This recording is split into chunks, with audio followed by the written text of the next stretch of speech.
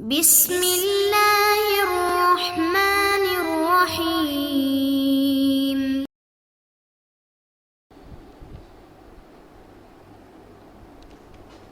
اعوذ باللہ من الشیطان الرجیم، بسم اللہ الرحمن الرحیم۔ الحمد للہ رب العالمین والصلاة والسلام علی سیدنا وحبیبنا محمد وآلہ الطیبین الطاہرین۔ السلام علیکم ورحمۃ اللہ وبرکاتہ۔ آج کی ہماری گفتگو تخصیص الکتاب بالخبر الواحد، کتاب عزیز کو خبر واحد کے ذریعے تخصیص لگانا درست ہے یا درست نہیں ہے۔ اس کا مطلب یہ ہے کہ آیات قرآنی میں کوئی حکم عموم بیان ہو جائے اور ادھر سے کوئی خبر واحد اگر موجود ہو جو خاص ہو، تو کیا ہم خبر واحد کے ذریعے آیات قرآنی کی تخصیص ہم لگا سکتے ہیں یا نہیں لگا سکتے؟ اس کے بارے میں علماء کی جو رائے کیا ہے انشاءاللہ وہ ہم آج جاننے کی کوشش کریں گے۔ خبر واحد کے ذریعے کتاب عزیز کی تخصیص کی مختلف صورتیں ہیں۔ تخصیص کی یہاں پر چند صورتیں موجود ہیں، ان میں سے حکم جو ہے وہ دوسرے سے مختلف ہے۔ تخصیص خبر کے ذریعے کتاب عزیز کو جب ہم کسی چیز کے ذریعے تخصیص لگاتے ہیں تو اس کی چند صورتیں بنتی ہیں۔ پہلی صورت یہ ہے تخصیص کتاب بکتاب، یعنی ایک آیت کے ذریعے دوسری آیت کی تخصیص لگانا۔ ایک آیت کو مخصص قرار دے دے اور دوسری آیت کو مخصص قرار دے دے، ایک آیت کے ذریعے دوسری آیت کی تفسیر کرے اور ایک آیت کے ذریعے دوسری آیت میں جو عمومیت بیان ہوئی ہے اس عمومیت کے سرکل کو، اس کے دائرے کو ریڈیفائن کرنا کہ اللہ تعالیٰ کا ارادہ اس آیت مجیدہ میں کیا ہے، اللہ مقصود الہی کیا ہے، اللہ تعالیٰ کن افراد سے اس حکم کو انجام پانے کا ارادہ رکھتا ہے۔ تو پہلی صورت کیا ہے؟ تخصیص کتاب کتاب ہے۔ دوسری صورت تخصیص کتاب روایات متواترہ۔ اب روایت متواترہ، ان روایات کو روایت متواترہ کہا جاتا ہے کہ جو سلسلہ سند میں ہر سلسلے میں اتنے راوی اس روایت کو نقل کرے کہ ان سب کا جھوٹ پر متفق ہونا، ان تمام راویوں کا جھوٹ پر متفق ہونا محال ہو، اس روایت کو کیا کہا جاتا ہے؟ روایت متواترہ کہا جاتا ہے۔ اور تیسری قسم کیا ہے کہ تخصیص کتاب بخبر واحد۔ یہ تین صورتیں بن گئی۔ اب ان میں سے حکم کیا ہے جی ان کا؟ ان تین قسموں میں سے پہلی دو قسموں کے بارے میں کوئی اختلاف نہیں ہے، یعنی علماء جو ہے وہ فرماتے ہیں کہ کتاب کے ذریعے کتاب کی تخصیص لگانا بھی درست ہے، کوئی حرج نہیں، بالکل ٹھیک ہے۔ اور اسی طرح سے روایت متواترہ کے ذریعے بھی قرآن کی تخصیص ہم لگا سکتے ہیں۔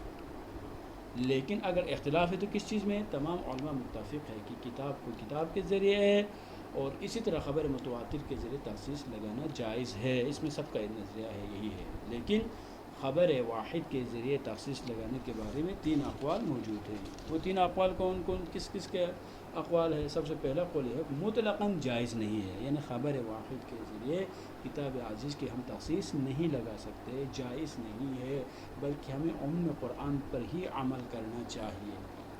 یہ نظریہ ہے سید مرتضی علم الہدا، شیخ طوسی رضوان اللہ تعالی علیہ اور محقق نے معارج میں یہ نظریہ اختیار کیا ہے۔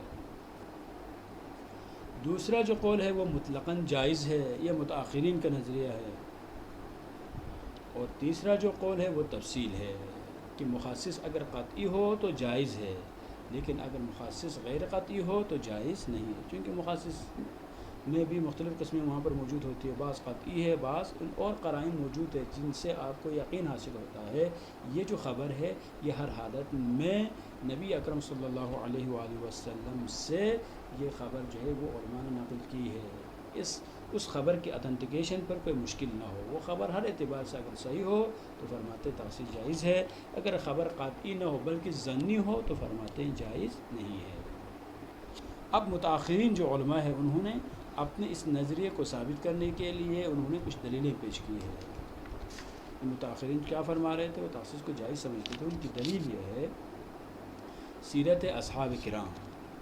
وہ کہتے ہیں متاخرین دیکھیں اصحاب کرام کی جو سیرت ہے، اگر ان سیرت کی طرف اگر آپ مراجعہ کریں گے، اس سیرت کی طرف اگر آپ توجہ دیں گے تو آپ جو ہے ان سیرت کو پڑھنے اور اس کی طرف توجہ دینے کے نتیجے میں بہتر طریقے سے اس بات کو درک کر سکتے ہیں کہ وہ کیا کرتے تھے؟ العمل باخبار الاحاد فی قبال عمومات الکتاب، عمومات کتاب کے مقابل میں اخبار احاد پر وہ عمل کرتے تھے۔ اچھا، یعنی پس سیرت اصحاب ہمارے لیے کیا حجت ہے؟ عمومات کتاب کے مقابل میں اخبار احاد پر عمل کرتے تھے۔ اشکال یہاں پر کوئی اشکال ممکن ہے یہ تخصیص کسی قرینے کی وجہ سے ہو۔ ہاں، اب کوئی کہہ دیں جی ٹھیک ہے، اصحاب کی سیرت تو یہی ہے کہ وہ اخبار احاد پر عمل کرتے تھے، لیکن ہو سکتا ہے کہ وہاں پر ان کا عمل کرنا یہ اخبار بیماہی اخبار خاصہ یہ نہ ہو، بلکہ کسی قرینے کی وجہ سے ہو، اور وہ قرینہ ہمیں نہ ملا ہو۔ وہ قرینہ ایسا قرینہ ہو جو مفید علم تھا، اس قرینے کی وجہ سے انہوں نے اخبار احاد پر عمل کیا ہو۔ تو فرماتے ہیں کوئی اگر یہ کہیں تو پھر آپ کیا کہیں گے؟ تو فرماتے ہیں جواب یہ احتمال بعید ہے، کوئی دلیل نہیں ہے، لہٰذا مسترد کیا جاتا ہے۔ صرف احتمال دینا کافی نہیں ہے۔ مثلا ایک مثال دیتے ہیں کہ یوصیکم اللہ فی اولادکم للذکر مثل حظ الانثیین، کہ ذکر کے لیے کتنے ہیں؟ جو بچے ہیں اس میں بچیوں کے مقابل میں ان کو 2 حصے ملیں گے۔ لیکن سنت نے کیا کہا؟ سنت نے اس کی جو تخصیص لگائی ہے، لا میراث للقاتل، قاتل کے لیے کوئی میراث میں سے کچھ بھی نہیں ملے گا۔ اگر کوئی شخص اپنے باپ کو قتل کرتا ہے تو اس کو قتل کرنے کے نتیجے میں وراثت میں سے اسے کچھ بھی نہیں ملے گا، جتنا جو حصہ اس کے پاس موجود ہے۔ اگر فرض کرے ایک بیٹا ہے ایک بیٹی ہے تو بیٹے کو کچھ بھی نہیں ملے گا، بلکہ ساری جو جائیداد ہے وہ جو ہے اس بیٹی کو ملے گی۔ کیوں؟ اس لیے کہ قاتل جو ہے وہ کبھی وارث نہیں بن سکتا۔ اچھا جی، اگر تخصیص جائز نہ ہو تو پہلی بات یہ سیرت اصحاب ہو گئی۔ سیرت اصحاب کیا ہے؟ یہ دلیل ہے کہ ہم جو ہے اخبار احاد کے ذریعے قرآن کی ہم تخصیص لگا سکتے ہیں۔ دوسری دلیل یہ ہے کہ اگر تخصیص جائز نہ ہو تو تمام اخبار احاد کو ترک کرنا لازم آتا ہے۔ کیوں؟ اس لیے یہ جو علماء یہ کہتے ہیں کیونکہ جتنی بھی اخبار احاد ہے ان کے مقابل میں کوئی نہ کوئی عام موجود ہے۔ جتنی بھی روایات جو آپ دیکھتے ہیں ان کے مقابل میں کوئی نہ کوئی موجود ہے۔ مثلا عمومات حل ہے، کل شیء لک حلال حتی تعرف انہ حرام، کل شیء لک مطلب طاہر حتی تعرف انہ نجس، ہر چیز تمہارے لیے پاک ہے جب تک اس کی نجاست پر کوئی دلیل نہ ملے۔ ہر چیز تمہارے لیے پاک ہے جب تک اس کی نجاست پر کوئی دلیل نہ ملے۔ ہر چیز تمہارے لیے حلال ہے جب تک اس کے جو حرام ہونے پر کوئی چیز کہ کوئی دلیل دلالت نہ کریں۔ تو کہتے ہیں جتنے بھی اخبار احاد موجود ہیں ان کے مقابل میں کوئی نہ کوئی عام موجود ہے۔ اس نتیجہ کیا نکلے گا؟ نتیجہ یہ نکلے گا اگر ہم عموم قرآن پر ان اخبار احاد کو مقدم نہ کریں تو اس کا مطلب یہ ہو جائے گا کہ جتنے بھی اخبار احاد تھے سب کو ہم ترک کریں گے۔ سب کو اگر ترک کریں گے تو اس سے کیا ہوگا؟ اس سے یہ ہوگا یہ جو اخبار احاد کا صدور ہی نعوذ باللہ یہ لغو ہونا لازم ہے۔ لیکن مصنف اس بات کو پسند نہیں کرتے ہیں۔ مصنف فرماتے ہیں یہ ایک ایسا دعویٰ ہے جو ناقابل قبول ہے۔ آپ کا یہ کہنا کہ جتنے بھی اخبار احاد ہیں وہ سب کے سب آیات عمومی یا قرآن کے مقابل میں ہے، یہ والی بات غلط ہے۔ کیوں غلط ہے؟ اس کی وجہ کیا ہے؟ اس کی وجہ یہ ہے کیونکہ بہت سارے آیات مقام جعل و تشریع میں وارد ہوئی ہے۔ ہاں، ہم پہلے بھی بیان کر چکے ہیں کسی بھی چیز کو بیان کرنے کے 2 مرحلے ہوتے ہیں۔ ایک مرحلہ ہے مقام جعل تشریع ہے، اور دوسرا مرحلہ ہوتا ہے مقام عمل، مقام امتثال کہہ دیں یا مقام بیان کہہ دیں۔ تو مقام جعل تشریع اور ہے، مقام بیان اور ہے۔ جب مقام بیان ہو، عمل درآمد کا موقع ہو تو اس پر عمل کرنا ضروری ہے، لیکن مقام جعل تشریع میں جو چیزیں صادر ہوتی ہے تو وہ اور چیز ہے۔ تو یہاں پر بہت سارے آیتیں مقام جعل اور تشریع میں وارد ہوئی ہیں، یعنی فقط ایک حکم کو جعل کرنے کے لیے۔ اب اس حکم کے جو دائرہ کار ہے، اس حکم کو کن کن افراد پر واجب قرار دے دیا گیا ہے، یا کن افراد کو ان احکام پر عمل کرنا واجب ہے، یا کن موارد میں ان احکام پر عمل کرنا ضروری ہے، وہ سارے جو ہے بیان نہیں ہوئے ہیں۔ اور اخبار احاد ان کے لیے مبین اور موضح ہے، نہ کہ ان کے مقابل میں۔ دیکھو کنسیپٹ انہوں نے چینج کر دیا۔ اب فرمایا کیا ہے؟